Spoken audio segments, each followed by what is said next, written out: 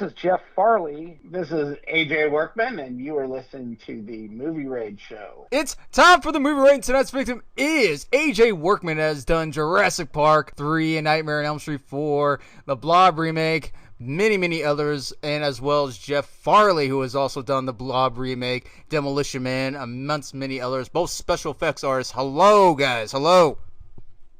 Hello there. How's it going? Hey, you guys have anything Doing pretty good. Yeah. And believe it or not, guys, this is the very first time ever we had two artists on the same show. So welcome and christening the new, fresh look of this. Excellent. So what have we been up to, AJ? I know it's been a crazy year. I mean, you have anything that you'd like to promote or anything that we can check out or has been recent release or anything like that? Or are you just basically kicking back and then just enjoying the weather?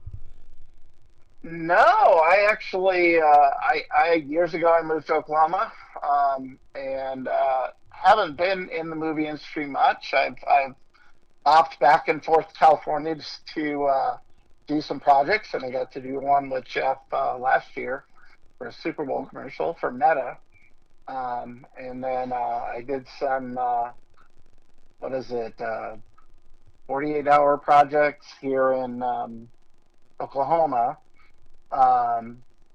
which is, I don't know if you guys have it out there. I imagine you do. It's all over the country. And so you get a script, or you get an idea, and bam, you go with whatever the genre is that's picked, and you have 48 hours to make a movie. And I've done that a couple times. That is a blast. And then also I'm working with another writer right now, currently on a project, hopefully for Netflix, fingers crossed, script. So we'll see if that goes somewhere. But other than that, I work for the state of Oklahoma, doing programming. So it's a hard life for the movie industry. Yeah. making more, unfortunately, than the people right now in Hollywood, which is sad. As you should. Well, thank you. Well, life is so expensive in Oklahoma, from what I hear. Yeah, very. A lot. So it's kind of funny. Well, we should probably do Jeff's introduction first, and then we can get into that. A long drive for me now is I get upset with 20 minutes, and it's pretty funny. Now, Jeff, you also do like painting and other commissions as well, and you're doing some events here and there too. Mm-hmm. I am. Actually, I have one feature that just has hit the theaters, going around to various Alamo draft houses around the country, called The Primevals, which was started in 1968 by David Allen, who unfortunately passed away in 1999. It started out as a show called The Raiders of the Stone Ring, and then eventually became The Primevals, which Charlie Band from Full Moon and Empire became a producer on. I met Dave in 1978 when he was beginning pre-production on The Primevals, and I saw some of the stuff there. And then in 1994, I went to Romania to head up the makeup effects department on location, and then here it is, 30 years later. The film has finally been released because it sat around for decades with Dave passing away, money not being there, and about 4 years ago, they managed to start getting money in the Kickstarter campaign, and maybe it's Indiegogo or one of those, and a lot of people donated money to finally see the film finished, and it is in the theaters now, playing around the U.S. in various times, and eventually will hit streaming and Blu-ray, and the Blu-ray will be an extended version of the film with animatics that replace the scenes that were lost. Some of the footage was lost over time, and has to be replaced with animatics to fill out the story.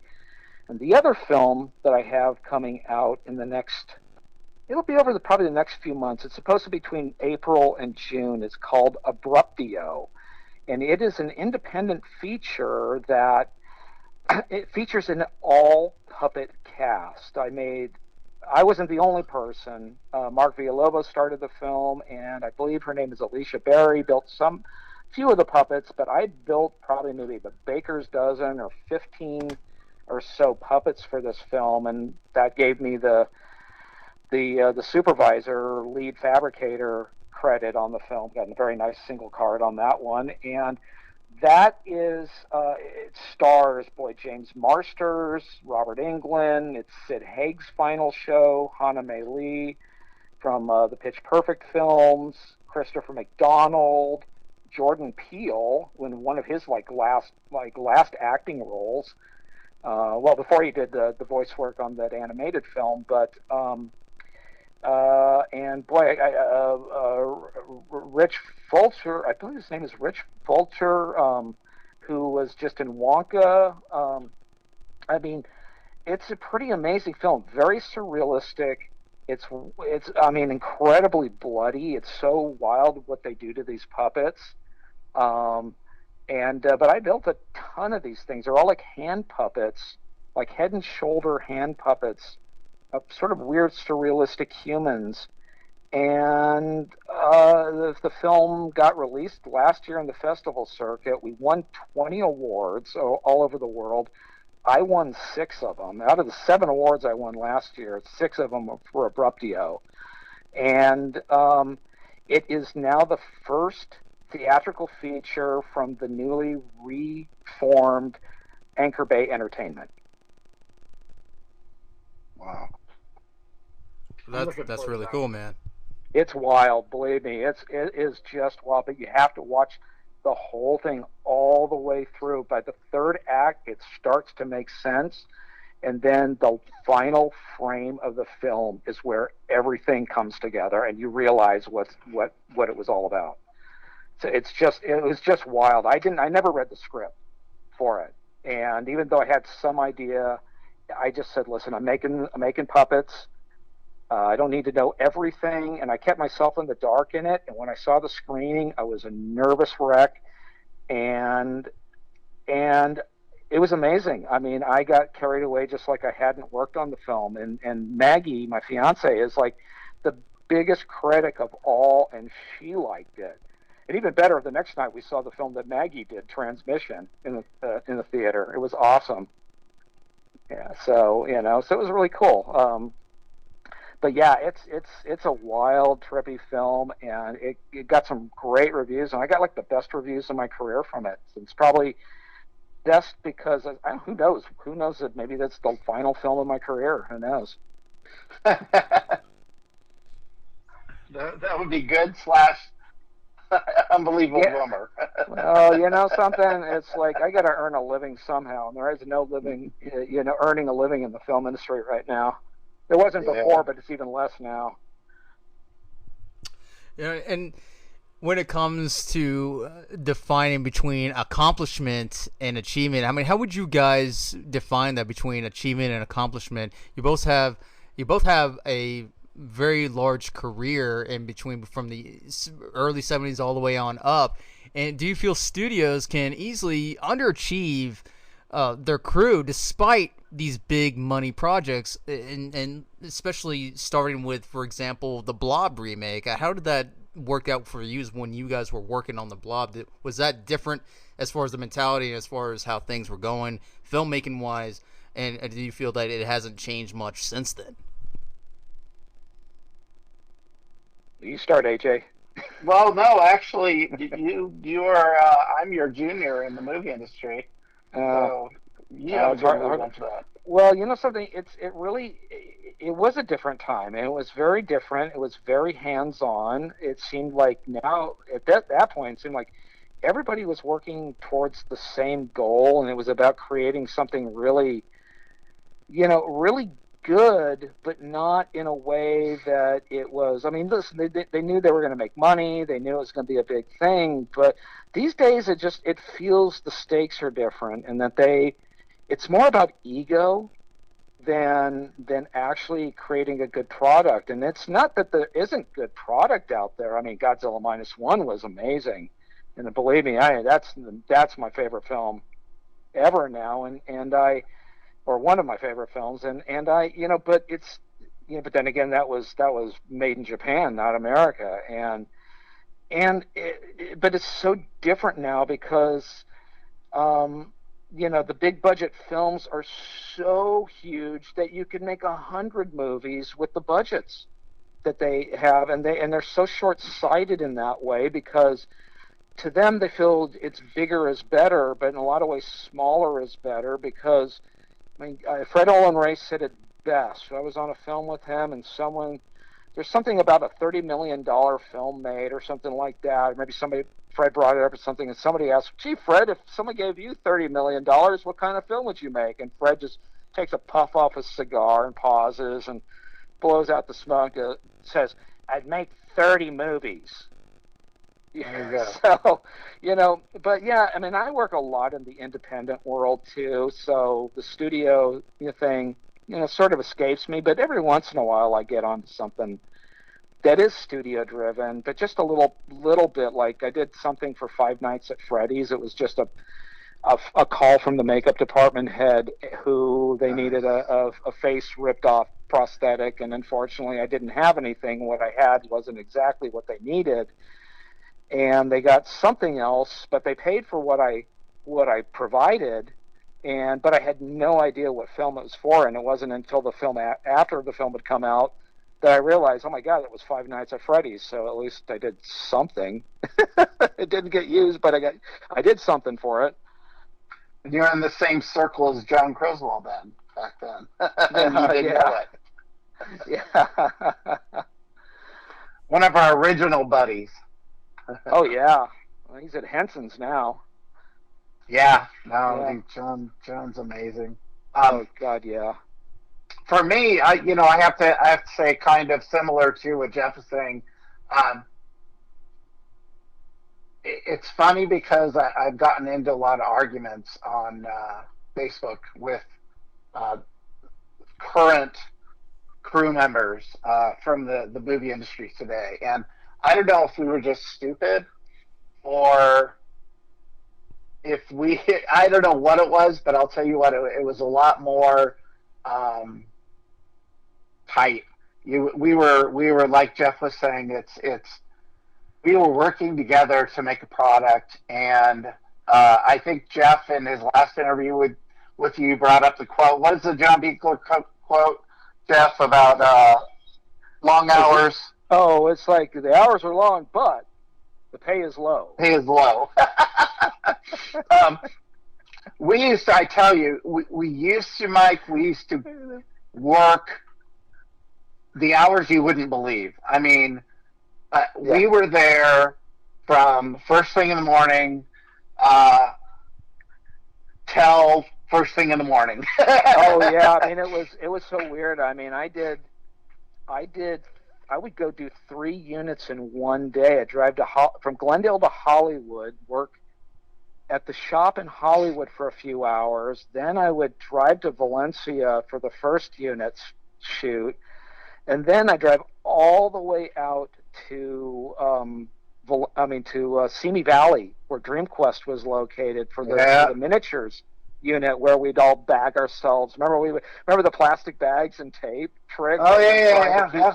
And no matter what we did, we'd always end up with slime on us. It would always creep in, and sitting under a table, puppeteering these quilts made of silk and injected with Methacel, and I think I did 3 weeks of that, and I was so wiped out, and I'd already been on the show for a little while at that point, but I took a day off, and I got a phone call from Lance Anderson. He says, "Hey, I just got the new James Bond film, License to Kill," and I went, it was license revoked at the time, and I went, "I'm there." I said, "I'm there," and I called Stuart Ziff over at the shop and said, "I hate to say this, I'm giving my 2 weeks notice today. I'll come in and work 2 more weeks, and I'm moving on." So Yeah, well, I was speaking more back in the day, like even back when we were at Beeklers. Oh yeah. It was when we were way back in the day. You asked for like what the difference in the movie industry, and it's the when we were working at MMI, it was we were just working. Yeah. We were young. We were young. We were energetic. We had all the energy in the world. We were fueled on caffeine and Jolt Cola. I mean, Jolt Cola and coffee and everything, and it didn't affect us at all. I mean, we were like wild men, and all of us were like, we'd sing in the middle of the night, like something would come on, like, and it was just such a big, it was like a party atmosphere while we were working, and yet we always were always laughing, and we were always, it was so much, it was so always fun. Yeah, and not only that, I mean, Charlie. And we were all salary. Yeah, we were paid flat.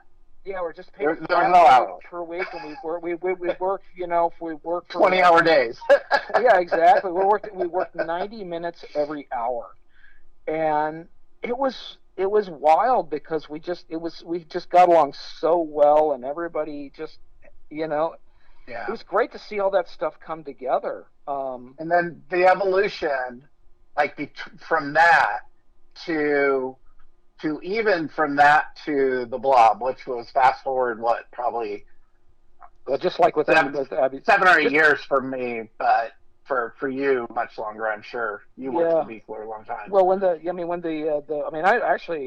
had worked for Beekler starting that year in '87 because I'd already been over Lance Anderson's on Serpent and the Rainbow, and then I went over to Beekler's on Garbage Pail Kids in prison, and then did Deadly Weapon. But I was there for 8 months, and that final 5 months we did Ghost Town, and then for the last 5 months of working at Beekler's was 2 months. For me, it was 2 months in the studio here in LA, and then I did 3 months in Italy on it. And then I came back, and 2 weeks later, I was on the Blob. So it was like the beginning of I came back in February of '88, and then like by early March, I was on the Blob. Yeah, well, so luckily for the Blob though, we were paid hourly. That was a nice thing because we put in long hours on that one. Oh yeah, we'd go to Hollywood for. Oh my God, I lived in Chatsworth, I think, and I had to be in Hollywood at 8 o'clock in the morning, and we'd work until 10, 11, 12. And then that was when we had the shop was divided down the middle. Mm-hmm. Did you originally work for Tony's crew, or were you always on Lyle's? I was always on Lyle's crew, but I just remember Tony's crew being there and thinking to myself, my God, I wish I was working for them. They all seem so happy. They all seem so happy, and us on the Blob side were so miserable because Chuck Russell, and Chuck's a cool guy, but he was so specific about a lot of stuff, and Lyle was tearing his hair out because no matter what we did, there was always some problem, and there was always something, and things got done, though. It wasn't that things didn't get done, because they did, and it was when we felt like we really accomplished something, and, but a lot of times we're wiggling tentacles, and they had me in the animatronics department first, and I kind of like, guys, this is like the wrong place to have me. And then I moved over into the creature end of it, and then I was definitely much more in a comfortable position. But eventually it ended up like going, like I said, to doing set work also, and which was fun because you want to do that stuff when you're young and you're involved in those things. You want to kind of be involved in all of it. Yeah. Now, not so much.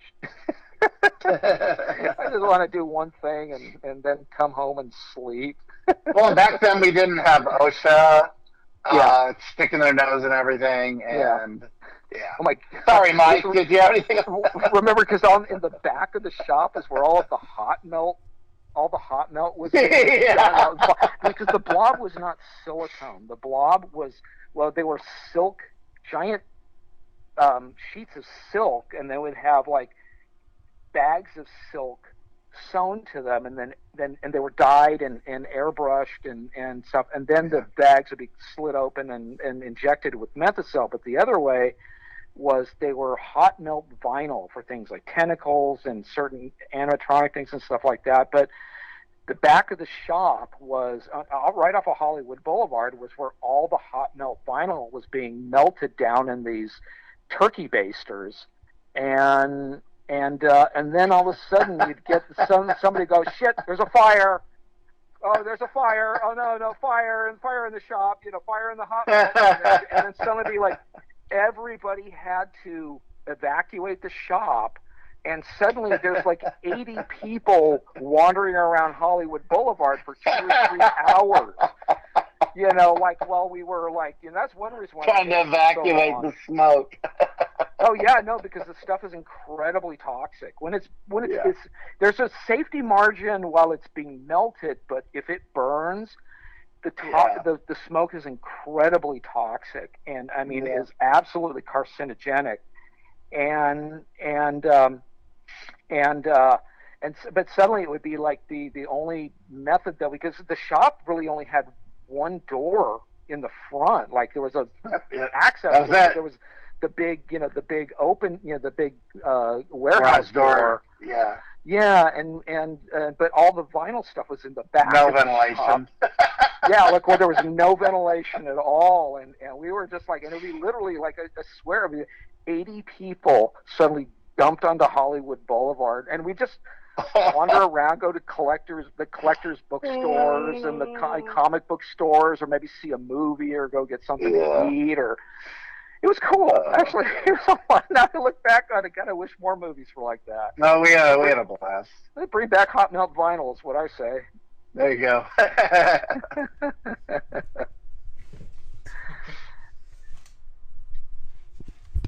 Well, that's really cool, man. Anything else, Mike? No, wait, I'd like to ask a question so we can continue on, because I don't. Sorry, I was listening intently once again. Oh yeah. But I know, like, commercialism is always a fixture in the entertainment industry, always has and always will. But however, films are becoming more into transferring into the streaming platforms and all these other companies that stream mainly on movies and whatnot. But do you feel this takes away the artists on some of the screen time, or due to their work and remaking and polishing and all these films? But do you feel like the more they keep pumping these out on these platforms and whatnot, because they're coming pretty rapid, do you feel like they're taking less screen time seeing their work rather than actually embracing it when we see it on screen? What do you think about that, AJ? Well, I think it's changing. I think the biggest challenge today, as far as screen time for artists with what they've created, it seems, is the advent of digital intervention. And so now, where somebody might create something, where we would have created the Blob, or we would have created whatever. What you saw on screen is what we did. Now, and I don't know how. I know what I've read, but Jeff might know this more. But now you're having digital makeup being done, Mm-hmm. and the digital makeup being done is like things that an artist spent hours on getting a different texture or a very specific look. The post-production people come in and they just completely destroy it because they had a completely different vision. And then that causes a kind of a conflict between the post-production, where it used to be the post-production people would make things better, or they would still keep the intention of whatever was being done, or they would include the artist's vision in it. Now that's starting to be overwritten by digital fuckery. I don't know how to put it better. Is this an R-rated show? You're right about that. I mean, you're absolutely correct about that, AG, because the way it is like films, really, the old saying is you can't have a stool without three legs. Any less than three legs and a stool doesn't work. And films are generally driven by pre-production, production, and post-production. And producers for so long have been trying to cut down or almost excise pre-production. We're seeing pre-production times get shorter and shorter and shorter, but now it seems like they're even trying to cut out production and drive it straight into post-production. And I've worked on films where literally post-production and production are going on at the same time. And sometimes it can be helpful. And honestly, I think that digital work is a wonderful tool. I mean, I think it's an offshoot of optical work, and all of the work that Ray Harryhausen did was post-production work, and in that respect, yeah, it's a wonderful tool. But the truth is, it doesn't fit everything. And Ray Harryhausen said it best. I mean, I was sort of paraphrasing here, but he said that you don't want things to be too real. Like sort of in a fantasy film, you want that element of unreality. Otherwise, it becomes too mundane. And that's what we're seeing now. It's now like where we used to have really cool creatures like, Taurus from Equinox, or the Cyclops from the Seventh Voyage of Sinbad, or King Kong, or Godzilla, though, has really transcended. The new Godzilla has really transcended. And I think that's the best example of the best work out there today, is just that it's now all post-production driven, and everything now is dictated by altering pixels, and producers love that because they have more control over that than they do us. And because with artists, unless they're an artist themselves, and believe me, I've worked with producers and directors who started out in our industry, and suddenly when they're directing or producing, they suddenly don't even understand what you're talking about. And it's like, wait a second, you used to do this yourself. I mean, what happened? It's like, because they're so driven by that post-production mentality now, that they forget about all this stuff, and that the fact that we all have a job to do and something to do together. But and honestly, I don't want to give anybody a hard time about the films they're making, because I think even the lowest budget film that maybe isn't the greatest, everybody deserves their chance to make it. And because, I mean, God, J.J. Abrams started out on friggin' what was that thing? The Don Dohler film, The Galaxy Invader. That was his very first film out in Maryland, and he still talks about it. He was on apparently the DVD or Blu-ray release. They interviewed J.J. Abrams working on. He worked like in the sound department or something on it. But look where he's at now. But it's frustrating because we just, we want to do a job, and we're there to help tell the story, and that's really what it's all about.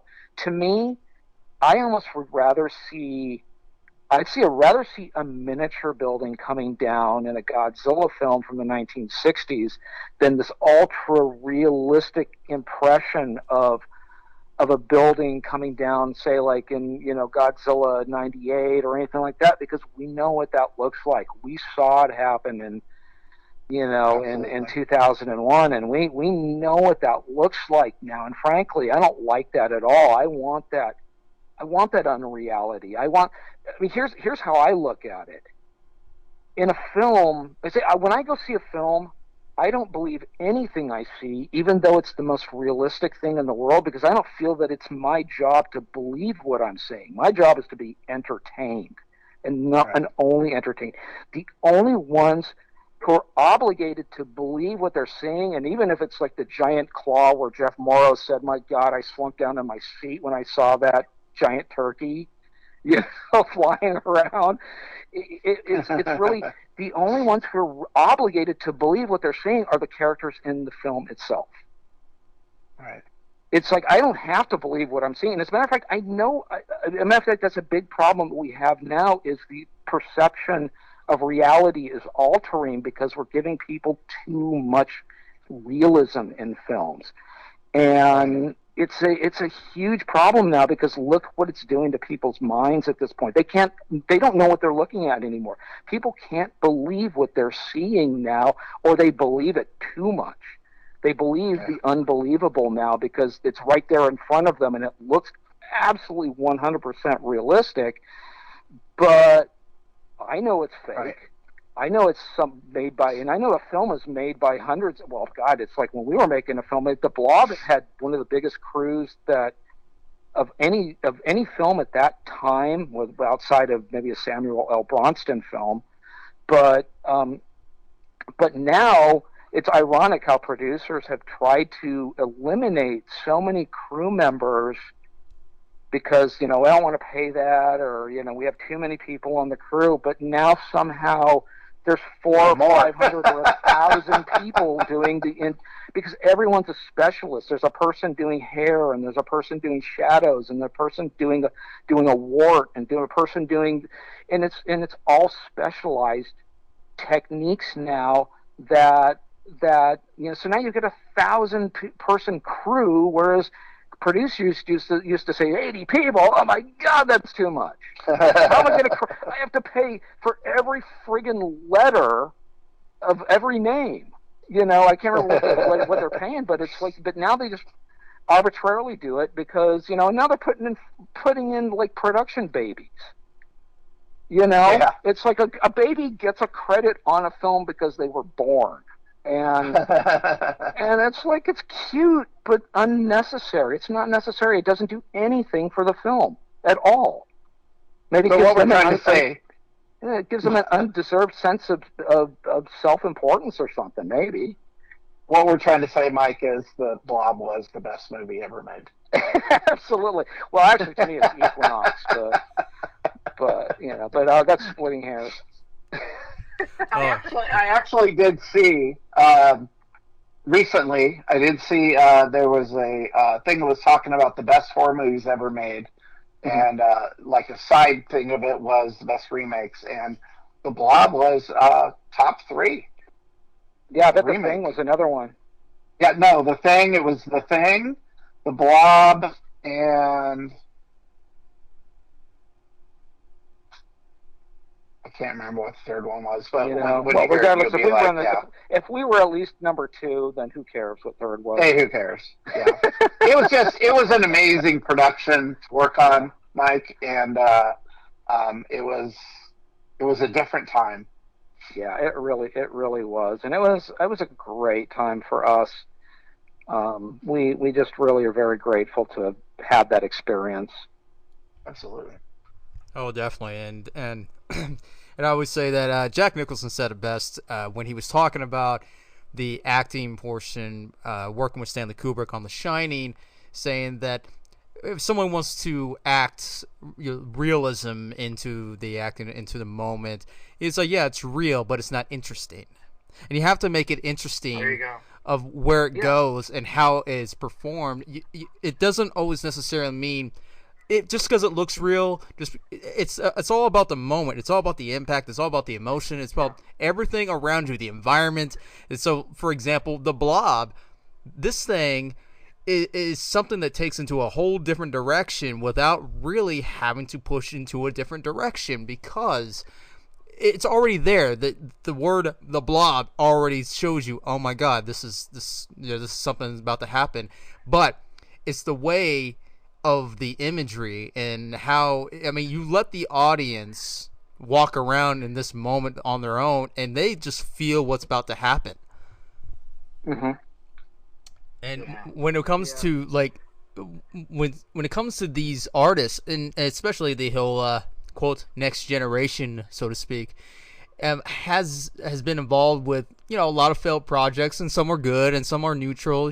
They succeed and whatnot, but didn't generate enough revenue. Should an artist invest or find some kind of a financial aid option somewhere along the line instead of just going by paycheck to paycheck? Do you feel that this option, as far as obligation goes, the term obligation, do you feel that that window has pretty much almost closed for these artists in today's cinema. Boy, you're talking about my life when you're talking the paycheck to paycheck. Yeah. Yeah, no, it's like, and I'm still doing that. It's really kind of like, I'm surprised I'm still standing. Yeah, it's these days it seems like I think what are digital artists paid now on those things? I mean, I've heard as low as $10 an hour, and they're trying to unionize to get better pay, and benefits and be able to at least take care of their own, because we don't have any of that in our industry. The Makeup Guild does, but not us. But I mean, what is your take? I mean, no, that's why actually I left California. I don't blame you. Yeah. I left California because I saw the writing on the wall. I was working on Beethoven, mm-hmm. and I was going to be hired on crew, or promised, at stands for Jurassic Park, and then ILM came down with the digital dinosaur, mm-hmm. And I saw the writing on the wall. That was the beginning of the end, because they took $9 million from Stan's budget for that, and they just told me flat out, sorry, we're going to have to rethink our crew. They went back to their core people. It's the just the economics of it completely changed. So that's when I started to do theme park work, and oh yeah. Luckily, a lot of the skills were transferable, so mm-hmm. I started to work for Disney doing that. Oh, that's awesome. Yeah, did stuff for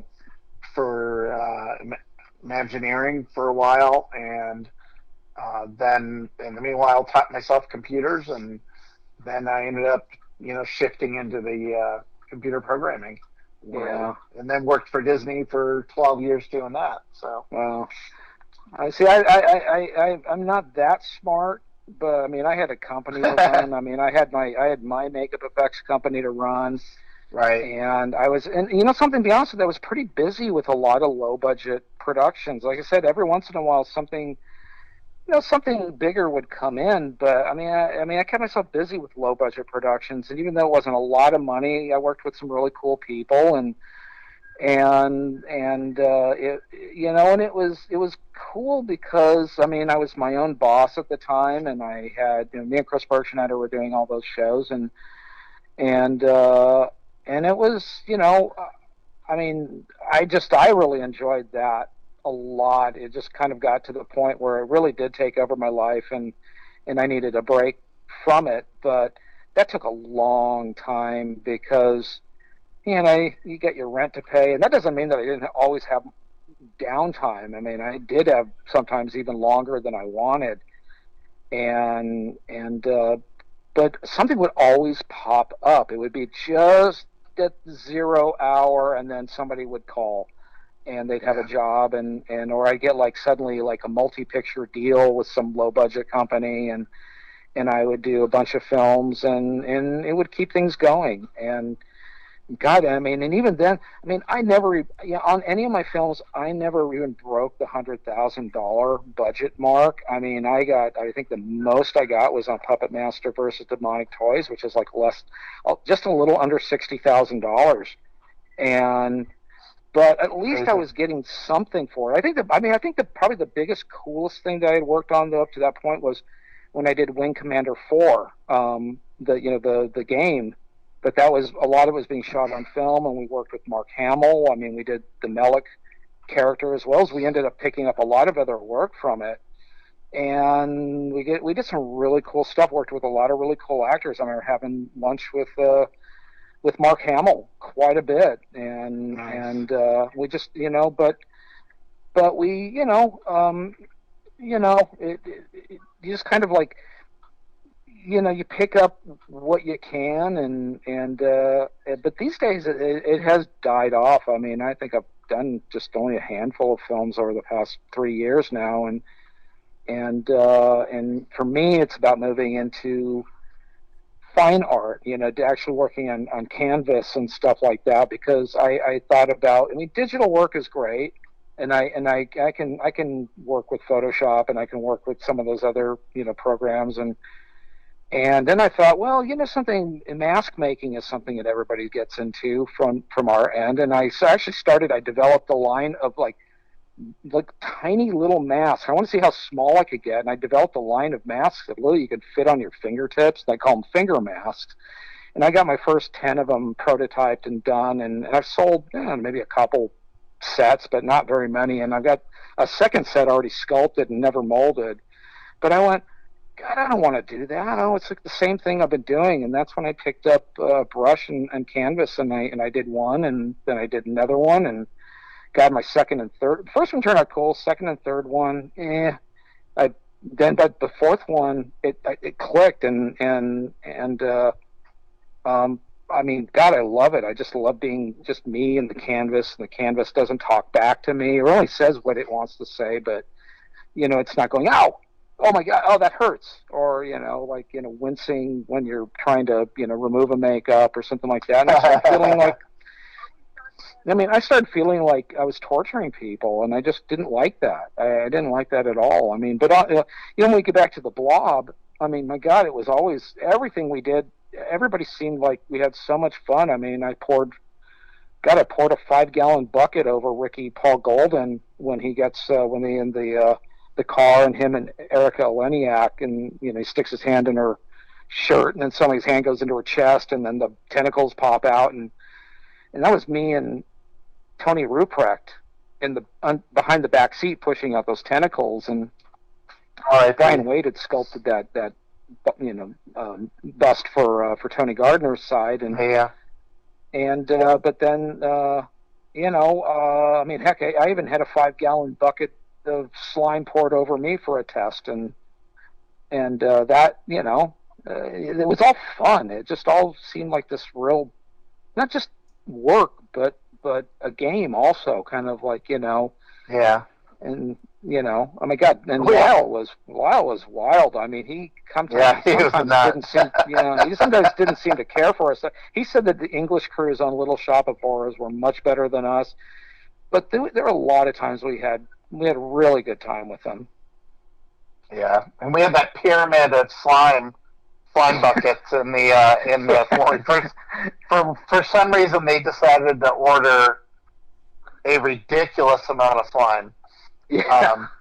I mean, like 200 buckets at least, white pass plastic buckets of slime sitting in our shop, and then we ended up barely even using slime.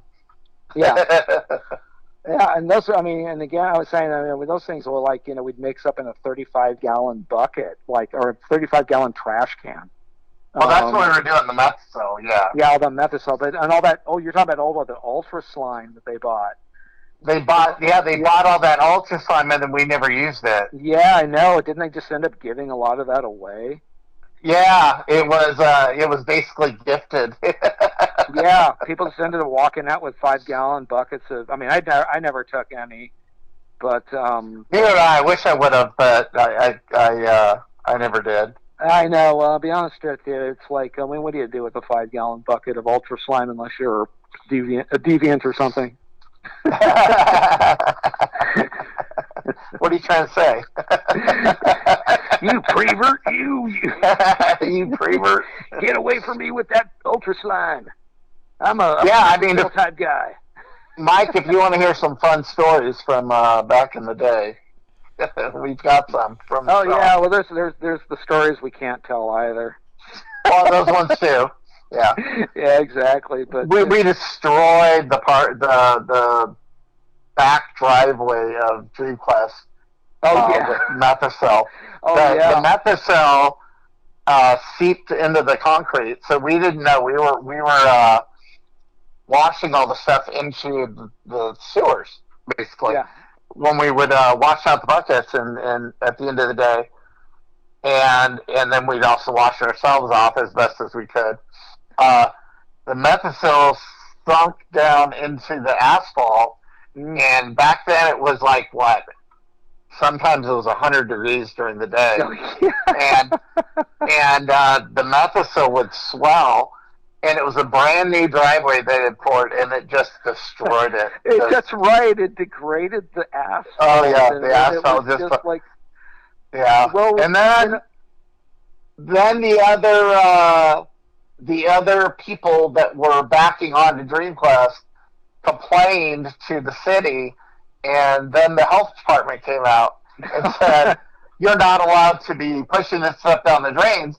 And somebody was like, "Well, wait, this is food thickener." Yeah. It kind of wasn't.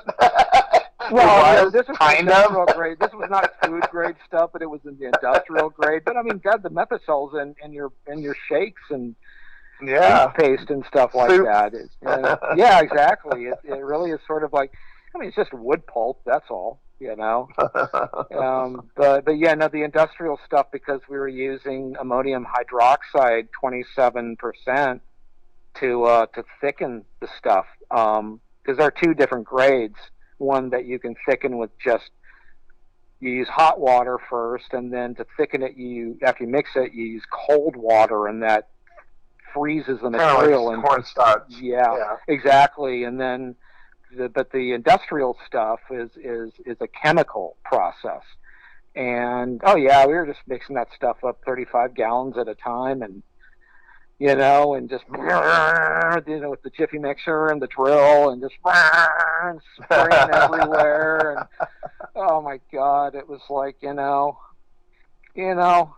those were the days. Yeah, those were the days. Yeah, but those days were most memorable, like, to the fans of this movie, the Blob remake. Like, if you can, before we get out of here, I think we should owe to the fans of the Blob of a few little tricks that, if you guys don't mind sharing a little bit on some of the effects that you've worked with, and like, for example, if you were involved with some of these, like the sink segment where the dude gets pulled directly into the sink, the entire body through the sink itself in the kitchen. Yeah.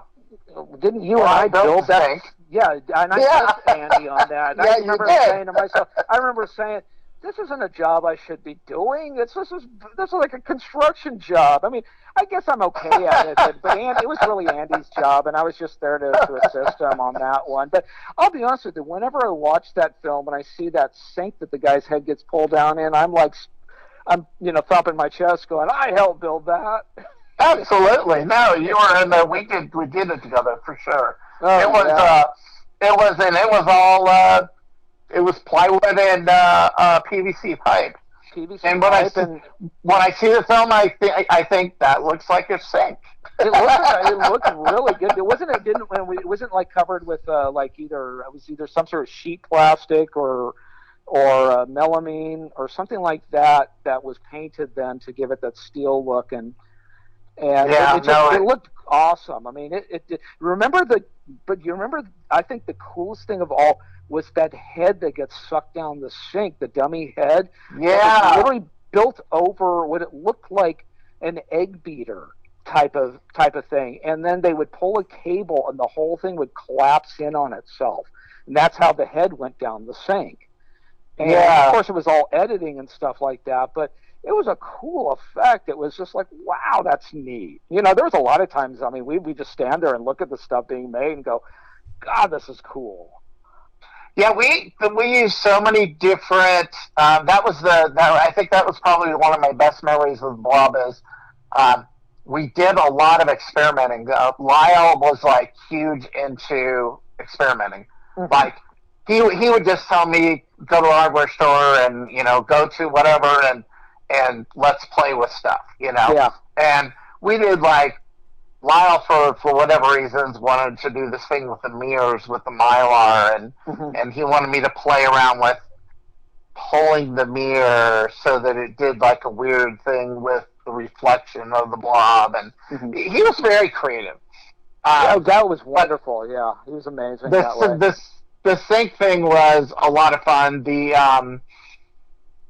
had another, actually, still the sync thing, but a different shot. We did a high-speed photography of where we made, I think it was like 500 or 600 gallons of slime, and it got dumped, and then they reversed it. So it got dumped into the sink.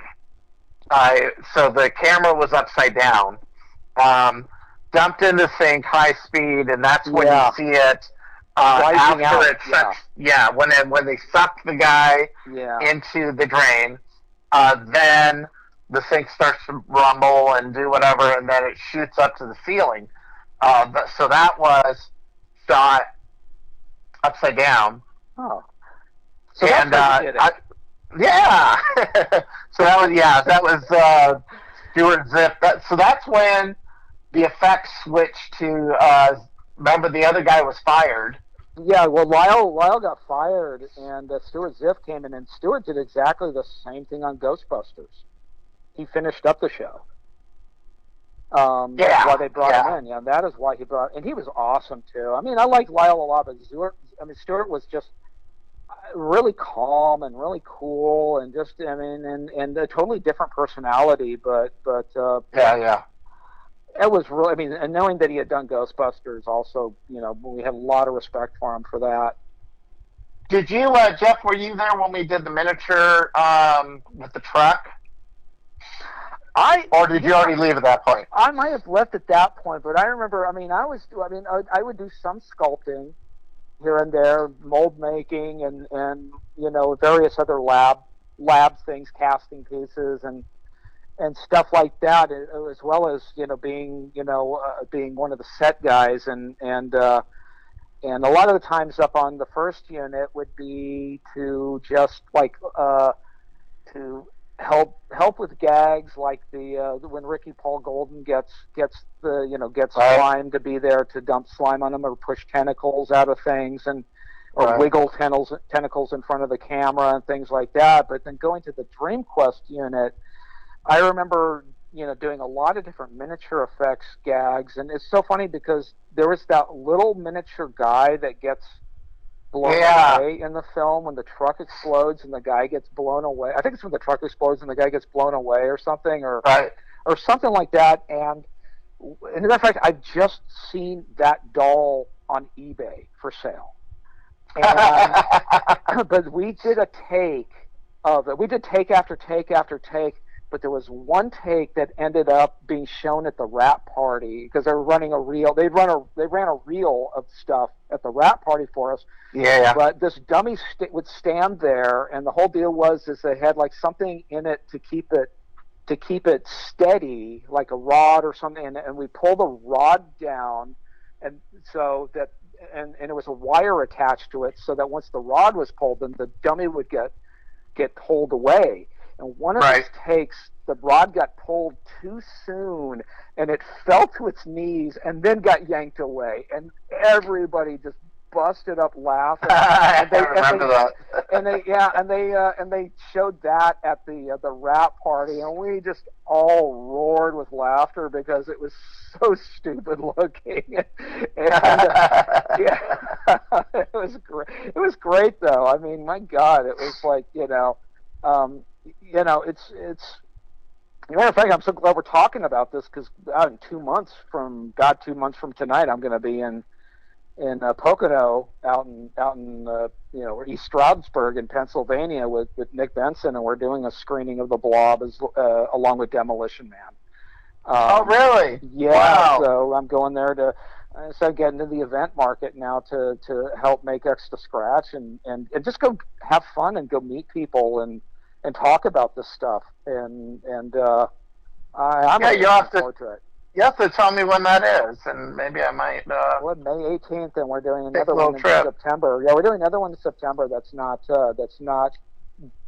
totally scheduled. It is there. We're doing it for sure, but they don't have a date yet, and that'll be the Blob and Arena. Oh wow, that'd be fun. Yeah. So, but I mean, yeah, it's like I'm glad we're talking about this now because now I can remember what we've done. There's actually two more special effects areas that before we get out here, and this one I personally would love to know myself. First of all, the phone booth where the Blob covers it all up. Yeah. That was just completely terrifying to me. I'm like, oh my god, but it was so cool because the detail. You actually saw a body in there, and like it was breaking through the glass because this thing had a mind of its own. And how was that affect to you? I know part of it was in part with digital, but and also the second one to mention too is of course in the hospital the ceiling blob where it eats up the guy and you see him screaming and trying to reach out to the girl. So the phone booth special effect and the ceiling one. I mean, can you guys describe a little bit more of like in depth of how these were actually achieved? I want to point out first that there was no digital in the Blob because that was back when optical effects were still the thing. It was all done post-production with optical printers and things like that. Digital effects was still in its infancy at the time, and none of that was used on the Blob at all. Yeah. But Andy, I mean, you dealt with that. I remember the phone booth stuff, but and I may have had something to do with it, but I remember. Didn't it have something to do partially shooting in a pool or something like that for some of it, or some encased like. There was some second unit stuff when they did the phone booth exploding. Mm-hmm. There was some second unit stuff where I wasn't involved in that, but we made the quilts for the phone booth, like the just the part where the phone booth. Where the blob's coming over the top of the phone booth and starting to envelop it. We made ginormous quilts for that. The day we did that shoot, it was Candy Clark, who's she's awesome with all that. She was cool. So fun story. Sorry, I muted myself again. The phone dropped. Hello? Hello? Oh, I'm here. I think his phone dropped. That was, my headphone muted, so I don't know if that had to do with the phone dropping, but... Well, but regardless, why don't you finish the story? I can't wait to hear it. So fun story. So we're all getting ready for the shot in the phone booth. Candy Clark is getting into character.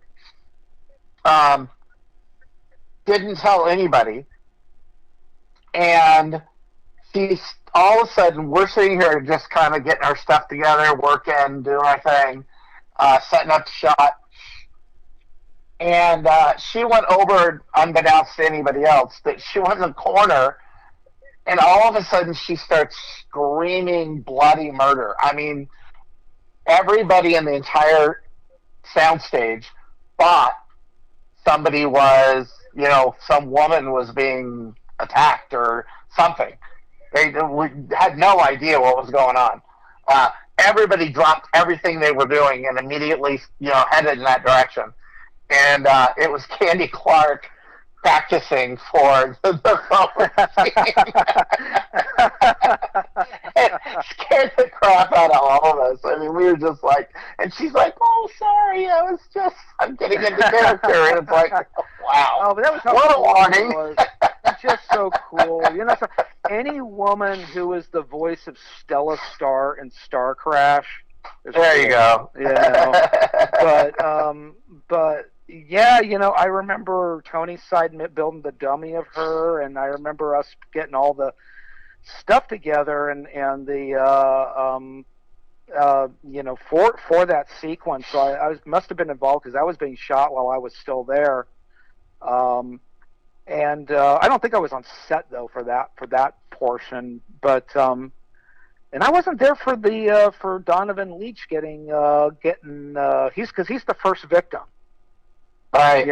He's the first victim, and The whole deal with the wild, look of like, the quilt being pulled over part of the, the hot, it seemed like hot melt and the quilt together kind of with this really interesting look to it. But Layered. I think some of that stuff was being done right before I got in there, because they started pre-production on it the end of 1987, around, I think, December or something like that, or maybe it might have been December, because that's when I was over in Italy doing Arena, and I came back in February, and they'd already been like 3 or 4 months that they had been working on the show, I believe. Yeah. And they were still working on it, and that's when I got my job on it. So some of that stuff was already being done before I got there, and there was stuff done after I left. But yeah, I was there when we did the hospital. Mm-hmm. That was we had a couple different gags there that was like one of the first times that the Blob crew and the special, Tony's side, we worked together. Yeah. So, and that was exactly what you're talking about, Mike. The we had the quilt that was dragging over the if you would have seen the sculptures that Tony Gardner's crew was putting out, just freaking amazing. Oh, just yeah, well, Brian Wade. Yeah. Brian Wade. You have Jim. Was it Jim McLaughlin or Jim McLaughlin was there too? Yeah, Jim McLaughlin was there. I think Jim Estefan, I think was his name. Oh, I think that's what. Yeah, I think that. I think I remember who you're talking about. Huge names in sculpting were working on Tony's crew, and they're all just working at just a ridiculous pace. Yeah, because all of these sculptures are like life size. So you see how big, the guy when he does. I don't. You pulled the actor's name, but the guy in the hospital when he got killed, that sculpture was huge, ginormous, and he's reaching out, and we had to do, our thing with the blob quilt going over him, and then we had the tentacle when it was first coming out of the floor tile. Mm-hmm. And then there was there was a hand coming out of the floor tile, wasn't it? I think so. I mean, I remember like when his hand is coming out, it looks a little bit like it's coming through a sleeve, Yeah. But then the hand gets pulled off, so it looks, pretty good from that point. Yeah. His hand, she pulls his hand off, or his forearm, from the elbow. Forearm. Yep. And And a lot of that stuff I believe had already been shot by the time I get there, because there was a lot of production going on at the same time as pre-production on the show. I remember being involved in the theater worker being up on the ceiling. The guy working the theater gets with the yo-yo. And that was a blast. Yeah, and I remember being involved in that, helping set that up, and this and that. Now, one of the cool things about that day was a guy named Pons Mar was there, played the theater manager, and I recognized him. I said, "Oh my God, you were in Return to Oz, weren't you?" And he goes, "Yeah, I was." And we had a really nice talk, and I got to remember hanging out with Bill Moseley when he was getting his makeup bit. That Mike Smithson was doing that on him, but it's so wild because all those tasks ended up being sort of like every day it would be like the same thing over and over again. Wiggle this tentacle, move this puppet, or get under. And a lot of that stuff I did and a lot of the stuff I've seen is definitely stuff I was involved in. But it's so weird because it a lot of it, just like I said, being underneath a table with a giant quilt, and you have your arms some of us, like half of our bodies were underneath like sticking through holes in the table or arms, and we would like be wiggling it around, and that's how a lot of that stuff was done. It was all physically manipulated, and we had monitors underneath. And they're getting covered in slime, but it was about being organic rather than mechanical, right? And that's what gave it its unique look. I think one of my favorite gags was when it's chasing them, and then it sort of flowers out that one spot, like kind of like it starts reaching out, and it's like it was just like this. It was like a sock that had been kind of turned inside out, and somebody was inside of it or something, and did the whole like pushing it out, so it looks like that was Trey. Yeah, Trey. Yeah, it was. Yeah, and it looks awesome. I mean, all those wonderful bits of organic movement that gave it life. And I mean, when you look, it's all practical. It is all practical. Yeah, it's so funny too, because 10 years before the Blob, and thanks to Equinox being the film that really got me in the industry, and that was produced by Jack Harris, and I started corresponding with Jack in '78. And I was talking to him on the phone, and one day I said, one of my goals is to work on a film that you produced. And 10 years later, I was on the Blob, and I saw him on set, and I never got to talk to him, but I remember him being around on set, and I'm thinking to myself, my God, this is it. As I actually did that. I achieved a goal because a lot of it is about achieving goals, Sure. And that's what motivates us, and that was, for me, it was like knocking one of those things off the bucket list. That's really cool, man. Is there anything else you do? Long answer. Your turn, AJ. No, go ahead. Is there anything what? If there's anything else you'd like to add, or any websites or anything else before we get out of here. Oh my God! Well, what do you want to say? I got nothing. Oklahoma.gov. Yeah, I mean, all I can say is once I'd had enough slime covering me, and it would take forever to wash it off. I mean, it'd take 2-3 showers. Like I said, it was. I think. After a period of time, I thought, my God, it's like how much. At first, here it is, the film that I'm really excited about working on, and then it got to the point where I kind of went, well, I hope something else comes up, and that's when that's when that License to Kill job came up, and then I went on to that. But again, to be a part of a film that has such long roots. I mean, going all the way back to the 50s version of the Blob. Right. It's something we'd all seen as kids.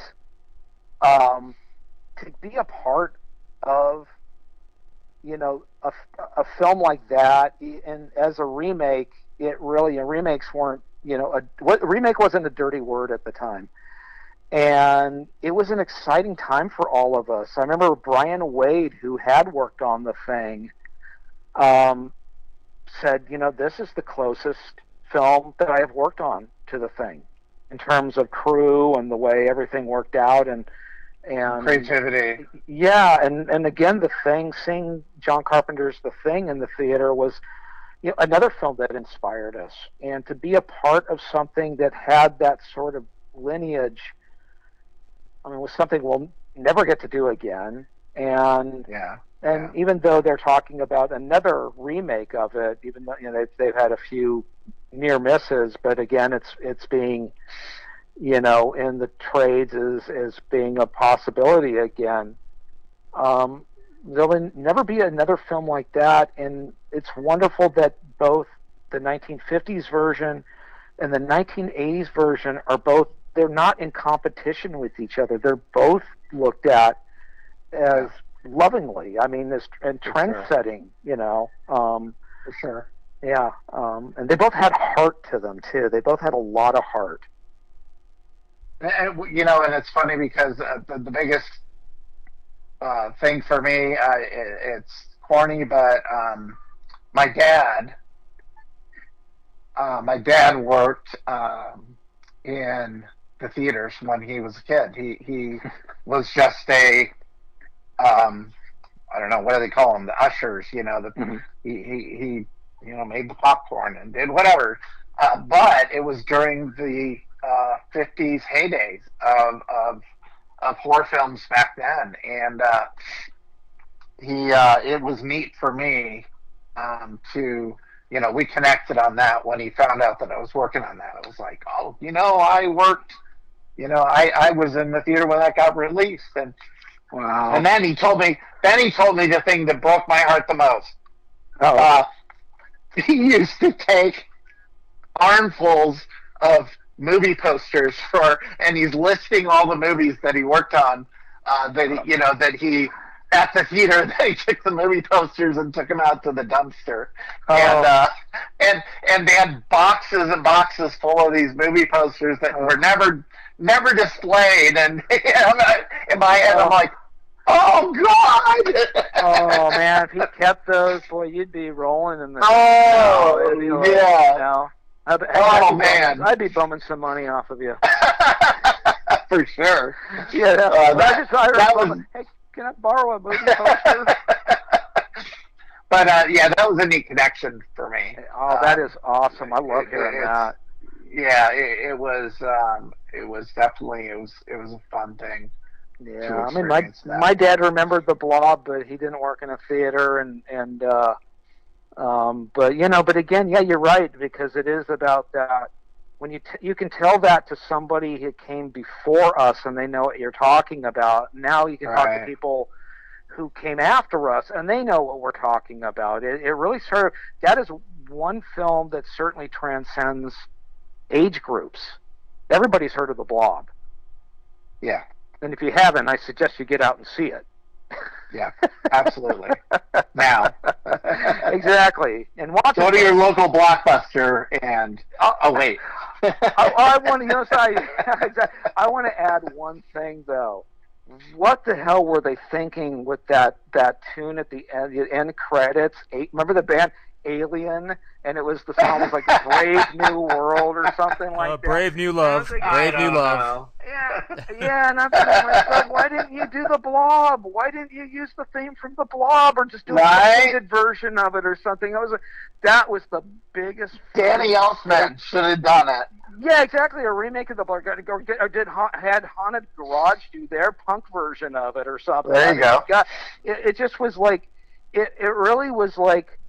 I mean, I thought that was the biggest mistake they made. To figure that this song from a band that never heard of them before, never heard of them since. But I'm sure at that moment they were going, "Man, we're gonna hit it big now." Yeah. Oh, it is a brave new love after all. I'm just saying. Oh yeah, it was a brave new love. Yeah. So I don't know what that was about. Yeah. Well, thanks for having us on, Mike. We really appreciate it. Yeah, Mike, I definitely appreciate it. And AJ is just awesome.